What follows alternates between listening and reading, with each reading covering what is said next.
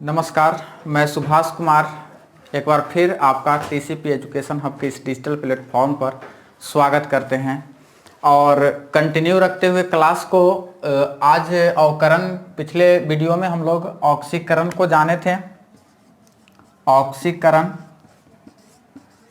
ऑक्सीकरण की उल्टी प्रक्रिया ही व्युत्क्रम प्रक्रिया ही अवकरण कहलाती है।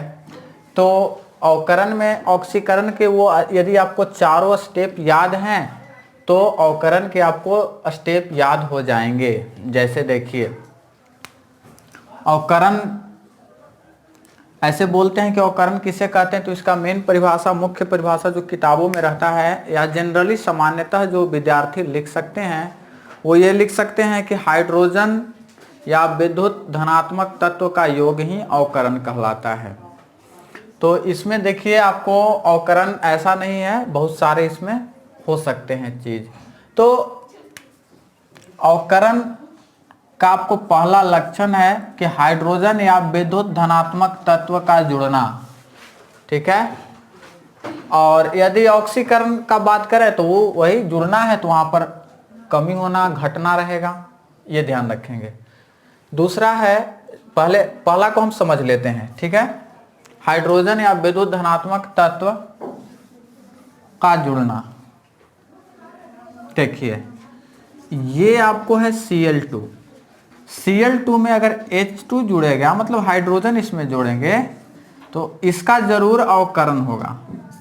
क्यों? हाइड्रोजन इसमें जुड़ेगा तो अवकरण होगा, बनेगा क्या? HCl।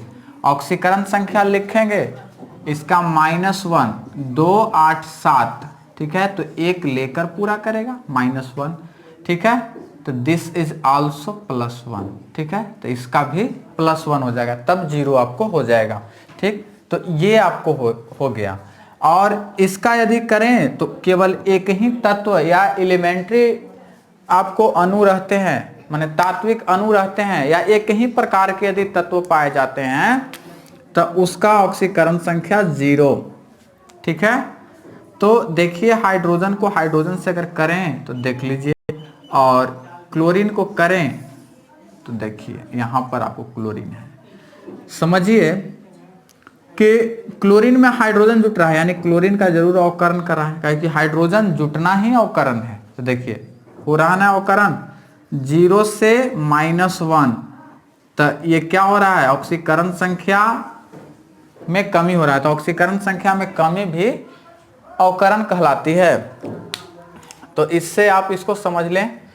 अच्छा, दूसरा है ऑक्सीजन या विद्युत ऋणात्मक तत्व।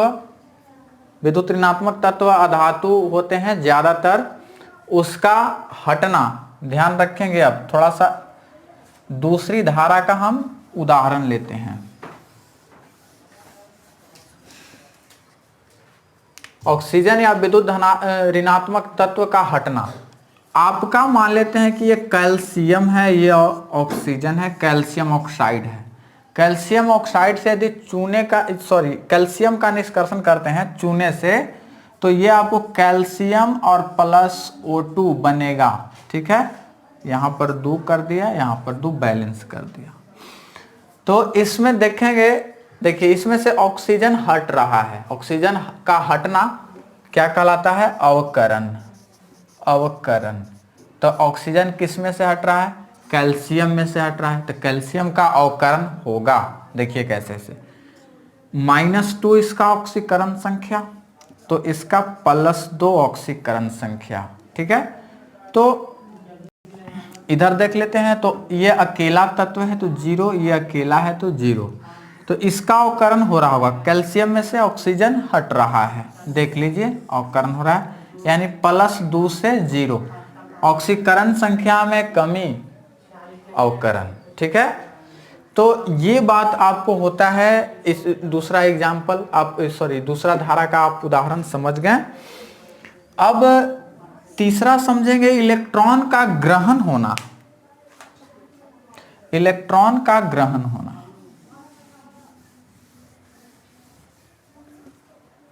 देखिए यहां पर मानते हैं सोडियम आयन, तो सोडियम आयन का ऑक्सीकरण संख्या +1, जितना चार्ज रहता है वो उसकी ऑक्सीकरण संख्या होगी।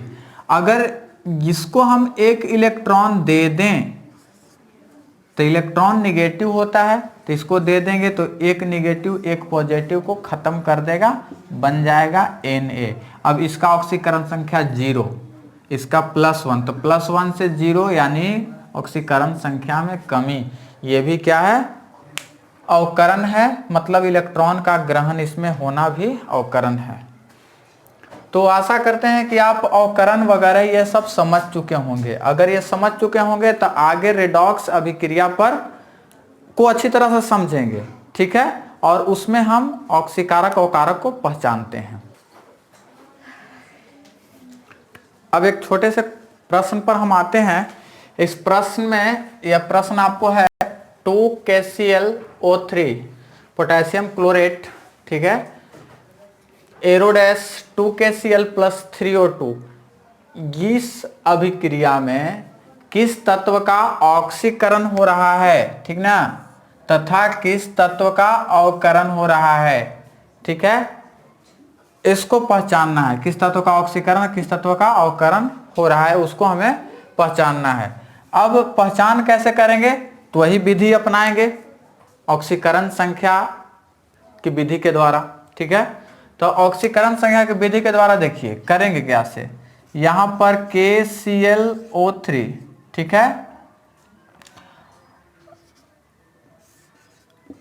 2KCl + 3O2, ठीक है।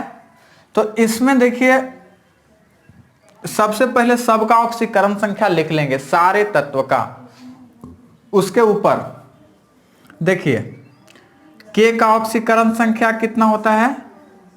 +1, इलेक्ट्रॉनिक विन्यास 2 8 8 1, तो एक इलेक्ट्रॉन त्याग के 8 पूरा करेगा तो प्लस में, ठीक है। क्लोरीन का हम नहीं जानते हैं, बीच में है, इसका हम लोग जानते हैं, तो बीच का निकल जाएगा -6, 3 का, 1 का -2, तो 3 का -6, तो हम लिख सकते हैं 3 गो है तो -2 और -2 ये लिख सकते हैं 3 बार, ठीक है। तो इसका निकालना है तो मतलब कि ऐसा इस पर संख्या रखना है कि सारे संख्याओं को जोड़ने पर शून्य हो, क्योंकि इस पर जो चार्ज है, आवेश है, वो शून्य है। तो ये -6 है, -6 और फिर एक जोड़ दें -6 में तो -5 होते हैं। अब यहां पर कितने होने चाहिए? +5, तो यहां पर होना चाहिए कितना? +5, +5 एक 6 और इधर -6 कैंसिल आउट हो जाएगा। इधर लिखें तो इसका +1 होता है, 0 कैसे करेंगे? -1 देंगे। तो अब यहां पर समझेंगे ऑक्सीजन ये अकेला तत्व है, इसमें कोई और सारा तत्व मौजूद नहीं है, तो इसका 0, ठीक है। अब इसमें हम कनेक्शन जोड़ते हैं, तो कनेक्शन जोड़ेंगे, देखिए यहां पर क्या करेंगे, K से K में कोई परिवर्तन नहीं हो रहा है, चलिए इसका तो कोई रोल ही नहीं है, ठीक है, K में कुछ परिवर्तन नहीं। Cl जरा देखिए तो Cl का ऑक्सीकरण संख्या क्या हो रहा है? घट रहा है, +5 से -1, तो घट रहा है, तो इसका होगा क्या? अवकरण, ठीक है। अवकरण का संकेत होता है अपना ऐसे, और ऑक्सीकरण का संकेत ऐसे होता है, ठीक है। ये संकेत कहीं कहीं पर रहेगा तो उसका मतलब अवकरण समझिएगा, इसका मतलब अवकरण ऑक्सीकरण। तो अवकरण किस तत्व का हो रहा है? Cl का, Cl का अवकरण हो रहा है, अवकरण हो रहा है। ऑक्सीकरण किस तत्व का? देखिए -2 है एक तत्व का, ऑक्सीजन का, और उधर हो रहा है कितना? 0। तो यहां पर -2 से आपको 0 हो रहा है, तो बढ़ रहा है, तो ऑक्सीकरण होगा। एक का अवकरण हो रहा है तो दूसरा का ऑक्सीकरण, तो ऑक्सीकरण किस तत्व का हो रहा है? ओ का ऑक्सीकरण हो रहा है, ठीक है। तो ये आपको उत्तर बनेगा, तो इसे आप कंप्लीट कर लीजिए।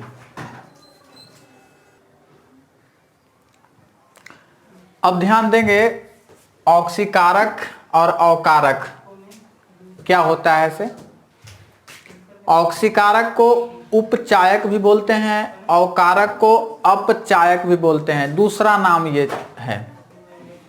तो ऑक्सीकारक देखिए कहेंगे कैसे पदार्थ को, देखिए ऑक्सीकारक माने ऑक्सीकरण करने वाला पदार्थ। तो अगर वो किसी को ऑक्सीकरण करता है तो उसका खुद का अवकरण हो जाता है, मतलब खुद का जिसका अवकरण होता हो वो ऑक्सीकारक हो जाएगा, ठीक है।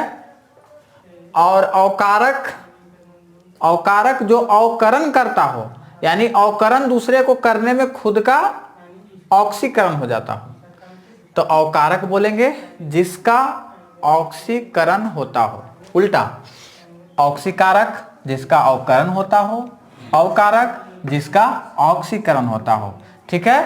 तो अब हम अभिक्रिया में पहचानेंगे कि ऑक्सीकारक कौन है और अवकारक कौन है। तो ये आपको अभिक्रिया है जिसमें है कि ऑक्सीकारक तथा अवकारक की पहचान करें। तो देखिए पहचानना बेहद ही आसान है, बस जिसका अवकरण होता हो वो आराम से ऑक्सीकारक हो जाएगा, ठीक है। तो और जिसका ऑक्सीकरण होता हो वो अवकारक हो जाएगा। तो देखिए इसको धीरे धीरे समझिएगा तब समझ में आएगा, धीरे धीरे सुनिएगा, वीडियो को एक बार फिर से देखिएगा तब, क्योंकि ऑक्सीकारक और अवकारक दोनों मिलता जुलता है, आपको श्रुति सम भिन्नार्थक शब्द है, ठीक है, एक जैसा। ध्यान दीजिए इसका अकेला है बेचारा जीरो, ये भी अकेला ही है एक ही तरह के, तो जीरो। ये यौगिक है तो सोडियम का +1 क्लोरीन का -1, तब न जीरो होगा, इस पर जीरो चार्ज है। अब कनेक्शन को जोड़ देंगे, ठीक है। तो यहाँ से ये सोडियम का हो गया और यहाँ से ये कनेक्शन हो गया क्लोरीन का। अब देखेंगे ऑक्सीकरण संख्या, देखिए ऑक्सीकरण संख्या 0 से +1, तो इसका बढ़ रहा है, तो इसका क्या हो रहा है, बढ़ रहा है। तो ऑक्सीकरण संख्या बढ़े मतलब ऑक्सीकरण, और इसका घट रहा है तो अवकरण, 0 से -1 हो रहा है, तो घट रहा है तो क्या हो रहा है, अवकरण। ऑक्सीकरण और अवकरण समझ गए कि किस तत्व का ऑक्सीकरण हो रहा है, तो सोडियम का ऑक्सीकरण हो रहा है, तो जिसका अवकरण हो रहा है वो क्या हो जाएगा, जिसका अवकरण हो रहा है वो क्या हो जाएगा, ऑक्सीकारक, और जिसका ऑक्सीकरण हो रहा है वो अवकारक, ठीक है।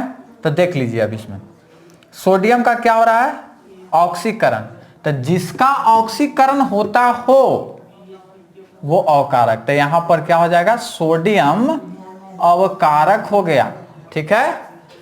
अब ऑक्सीकारक किसको कहेंगे, जिसका अवकरण होता हो, अवकरण किसका हो रहा है, Cl का, तो Cl क्या है, ऑक्सीकारक है, ठीक है। और सामान्य तौर पर धातुएं अवकारक होती है और अधातुएं ऑक्सीकारक होती है, ठीक है। आशा करते हैं कि इसको आप समझ चुके होंगे, तो इसको आप क्लियर कर लीजिए। आगे है आपको दैनिक जीवन में ऑक्सीकरण अवकरण के प्रभाव, ऑक्सीकरण अवकरण के प्रभाव मतलब हमारे जो डेली लाइफ है, दैनिक जीवन, उसमें ऑक्सीकरण अवकरण कहाँ देखने को मिलता है, कहाँ पर हम उसका अनुप्रयोग करते हैं। तो इसके लिए देखिए ये मुख्य आपको 4 जो है प्रभाव हैं आपको दैनिक जीवन में ऑक्सीकरण अवकरण के। ऑक्सीकरण अवकरण या रेडॉक्स एक ही चीज है, रेडॉक्स अभिक्रिया। पहला है भोजन का पचना, तो भोजन हम जानते हैं कि जो ग्लूकोज है वो कोशिकीय ईंधन है, और ऑक्सीकरण, उसमें ऑक्सीजन हम लोग लेते हैं तो भोजन का पाचन होता है, मतलब जो ग्लूकोज है उसका पाचन होता है, टूटता है और वो उसे ऊर्जा निकलता है। ठीक है, जैसे C6H12O6 अब प्लस O2, और यहाँ से आपको CO2 बनता है। ठीक है, CO2 प्लस H2O और प्लस ऊर्जा। ठीक है, ऐसे आपको बनता है।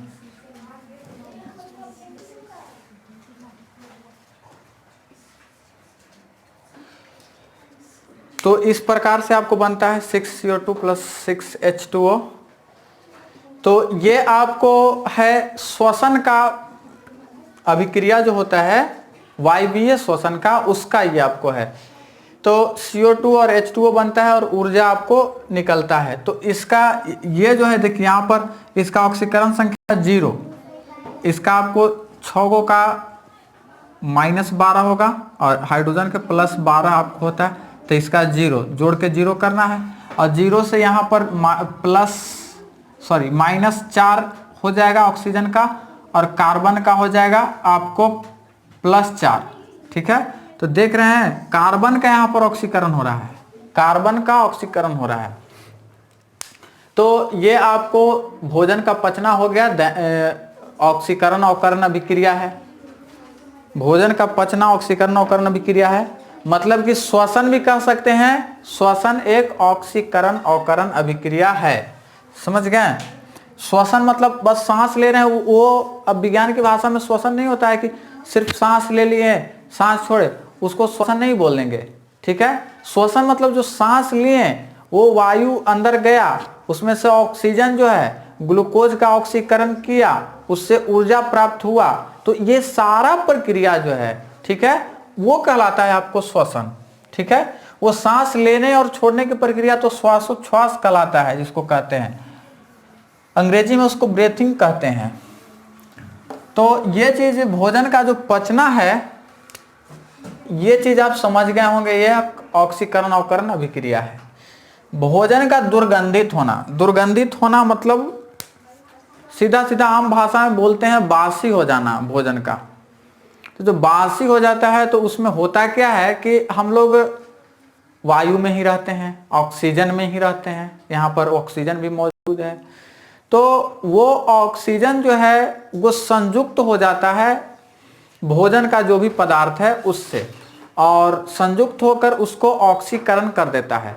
ऑक्सीकरण करने के बाद उसकी स्वाद में विकृति आ जाती है। ठीक है, उसका स्वाद अलग हो जाता है, खास करके जो तैलीय चीज रहता है या जो भोजन जो पकाते हैं उसमें, ठीक है, उसका तो दुर्गंधित मतलब बासी हो जाता है, रेंसिडिटी ऑफ फूड जिसको कहते हैं, तो वो आपको हो जाता है भोजन का दुर्गंधित होना। ठीक, खास करके हम लोग जो तैलीय चीज बनाते हैं खाने के लिए, जैसे निमकी हम लोग बनाते हैं खाने के लिए, तो वो तैलीय चीज है, तेल में उसको छना हुआ चीज है, तला हुआ, तो उसको यदि हम छोड़ देते हैं 10 दिन तक ऐसे ही, अगर डब्बा में अगर बंद नहीं करें और ऐसे ही छोड़ दें तो उसके स्वाद में विकृति आ जाती है, वो अच्छा नहीं लगता है। तो क्या होता है, वहां उसमें जो उपस्थित वसा है उसका ऑक्सीकरण हो गया, और ऑक्सीकरण होकर दूसरा पदार्थ बन गया, जिसके कारण इसके स्वाद में विकृति आ गई। आपने कभी ना कभी ये जरूर देखा होगा कि कुरकुरे खरीदते हैं तो उसमें हवा वगैरह भरा रहता है, जितना उसमें कुरकुरे में जितना कुरकुरे नहीं रहता है उससे ज्यादा उसमें हवा रहता है। ठीक है, और वो हवा कोई आम हवा नहीं रहता है, वो हवा आपको रहता है नाइट्रोजन। ठीक है, नाइट्रोजन का जो व्यवहार होता है वो ज्यादा ऑक्सीकरण करने वाला होता नहीं है। ठीक है, तो ज्यादा ऑक्सीकरण करने वाला व्यवहार नहीं होने के कारण वो कुरकुरे के पैकेट में उसको भर दिया जाता है, क्योंकि कुरकुरे एक तैलीय चीज है। तो ऐसा नहीं कि केवल कुरकुरे, आपको हर तरह के जो तला हुआ चीज जैसे लेज हो गया या अन्य चीज हो गया, तो उसमें भी आपको नाइट्रोजन गैस भरा रहता है, जिससे क्या होता है कि गैस जो है ऑक्सीजन ऑक्सीकरण न कर पाए नाइट्रोजन से, तो उसका ऑक्सीकरण हो नहीं पाएगा, ठीक है, उसके प्रति उसकी क्रियाशीलता कम होती है। तो ये चीज देखने को मिलता है। अगर ऐसा कुरकुरे आप खरीदेंगे या कभी ना कभी आप जरूर इसको खरीदे होंगे, कभी ना कभी, ये हो सकता है, हो नहीं भी हो सकता है, ठीक है, कि उस कुरकुरे में से जो अंदर का जो हवा है नाइट्रोजन वो सारा बाहर निकल गया है, यानी वो पंचर हो गया है, ठीक है, मतलब बाहरी जो समावेश है वायु का उसमें हो गया। तो वैसे कुरकुरे को आप खाइएगा तो उसका स्वाद अच्छा नहीं होता है, ठीक है। उसमें क्यों नहीं अच्छा होता है? क्योंकि उसमें ऑक्सीजन जो है से उसका ऑक्सीकरण कर देता है, जिसके कारण उसका स्वाद बिगड़ जाता है। तो भोजन का दुर्गंधित होना। अच्छा, और भी चीज है, जैसे आपको हो गया कोई जो पैक जो रहता है, पूरी तरह से जो पैक जो फूड रहता है उसको खाते हैं, तो उसको खाते हैं तो ध्यान रखिएगा कि हम लोग जैसे केक खाते हैं या चॉकलेट वगैरह लेकर खरीद कर अगर खाते हैं तो उसमें आपको परिरक्षक मिलाया हुआ होता है। अब परिरक्षक क्या होता है? जिसको एंटीऑक्सीडेंट भी बोलते हैं। एंटीऑक्सीडेंट करता क्या है? जिसको प्रतिऑक्सीकारक बोलते हैं, मतलब वो पदार्थ का ऑक्सीकरण होने नहीं देता है। जैसे आपको हो गया सोडियम बेंजोएट,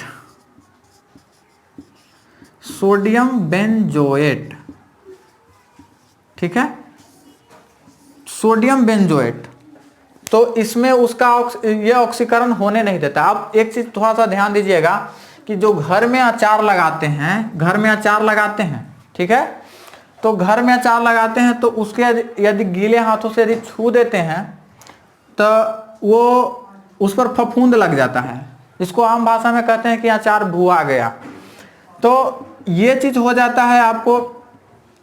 ज्यादातर इसमें जो फंगस है वो ऑक्सीजन पाकर ज्यादा फलते फूलते हैं, लेकिन जो बाजार वाला जो अचार होता है, बाजार में जो मिलता है, उसमें देखे होंगे कि वो कभी नहीं भुआता है। एक्सपायर जरूर होता है लेकिन वो भुआता नहीं है। क्यों? उसमें सोडियम बेंजोएट परिरक्षक मिला होता है, परिरक्षक, ठीक है, तो ये मिला होता है, ये खराब मतलब भुआता नहीं है। इससे आप भी सोडियम बेंजोएट का पाउडर लेकर अगर डाल दें तो उससे भुआएगा नहीं, ठीक है। तो यहां पर हो गया भोजन का दुर्गंधित होना, ऑक्सीकरण अवकरण अभिक्रिया का एक उदाहरण है। आगे है आपको तीसरा संक्षारण। संक्षारण को साधारण शब्दों में जंग लगना कहते हैं। जंग लगना, तो देखिए जंग कैसे लगता है। जैसे ये लोहा हो गया, ज्यादातर हम लोग जिस धातु में जंग लगते हुए देखते हैं वो है लोहा, क्योंकि लोहा जो है, लोहा से सारी वस्तुएं मतलब लगभग बनाई जाती है। जितने भी आपको मशीन वगैरह है सब लोहा से ही बनाई जाती है। लोहा आपको दूसरा नंबर पे आता है, पहला नंबर पे एल्युमिनियम आता है। धातु जो है से सबसे ज्यादा आपको पहला नंबर पर, सबसे ज्यादा पाया जाने वाला धरती पर धातु है एल्युमिनियम, दूसरा नंबर पर लोहा है, लेकिन लोहा का उपयोग ज्यादा है। ये अगर ऑक्सीजन के संपर्क में आता है, ऑक्सीजन के संपर्क में जल की उपस्थिति में, जिसको आप अगले चैप्टर में भी पढ़िएगा, धातु अधातु चैप्टर में पढ़िएगा जंग लगने की क्रिया को आगे, तो ये बनेगा Fe2O3 इंटू XH2, यानी हाइड्रेटेड। यही आपको जंग का सूत्र हो गया, जंग का यही सूत्र हो गया, लोहे में जो जंग लगता है उसका सूत्र हो गया। तो ये चीज होता है। तो इसका देखिए ऑक्सीकरण हो रहा होगा, यानी लोहे का ऑक्सीकरण देखिए अकेला है 0, अकेला है 0, इसका 3 गो के -6, ठीक है, 3 गो एगो के -2 -2 -2 लिख दिए। अब ये 2 गो मिल के +6 होना चाहिए, एगो के +3 और एक का +3, ठीक है। तो 0 से +3 जा रहा है, इसका मतलब जो लोहा है उसका ऑक्सीकरण हो रहा है। तो संक्षारण प्रक्रिया भी क्या है? ऑक्सीकरण प्रक्रिया है, ऑक्सीकरण अवकरण हो रहा है, जंग लगने की क्रिया वही आपको होता है, ठीक है। आगे आते हैं दहन। ठीक है, तो दहन को कहते हैं कंबसन अंग्रेजी में, और दहन मतलब होता है जलना। ठीक है, दहन मतलब कोई चीज अगर जल रहा है, जैसे देखिए कार्बन, कोयला अगर जल रहा है, CO2 बना रहा है, तो ये दहन है, कोयले का दहन। ऑक्सीकरण अभिक्रिया हो जाएगा, देखिए ऑक्सीकरण अवकरण अभिक्रिया है, ये जीरो, ये जीरो, ये -4, ऑक्सीजन का 1 का -2 होता है, तो 2 का -4, -2 2 बार लिख दिए, और +4 इसका होगा जीरो बनाने के लिए। अब देखिए कार्बन का क्या हो रहा है, ऑक्सीकरण, इसका क्या हो रहा है, अवकरण। ठीक है, तो ये भी ऑक्सीकरण अवकरण अभिक्रिया है आपको। तो दैनिक जीवन में ऑक्सीकरण अवकरण अभिक्रिया के आपको ये प्रभाव आपको हो सकते हैं। ठीक है, अब इसको आप क्लियर कर लीजिए। तो अब सीधे अब नेक्स्ट वीडियो में मिलेंगे, नेक्स्ट क्लास में आपको दहन और ज्वाला के साथ। दहन और ज्वाला अगले चैप्टर में, सॉरी अगले चैप्टर नहीं, अगले वीडियो में मिलेंगे, अगले क्लास में मिलेंगे। तब तक के लिए धन्यवाद।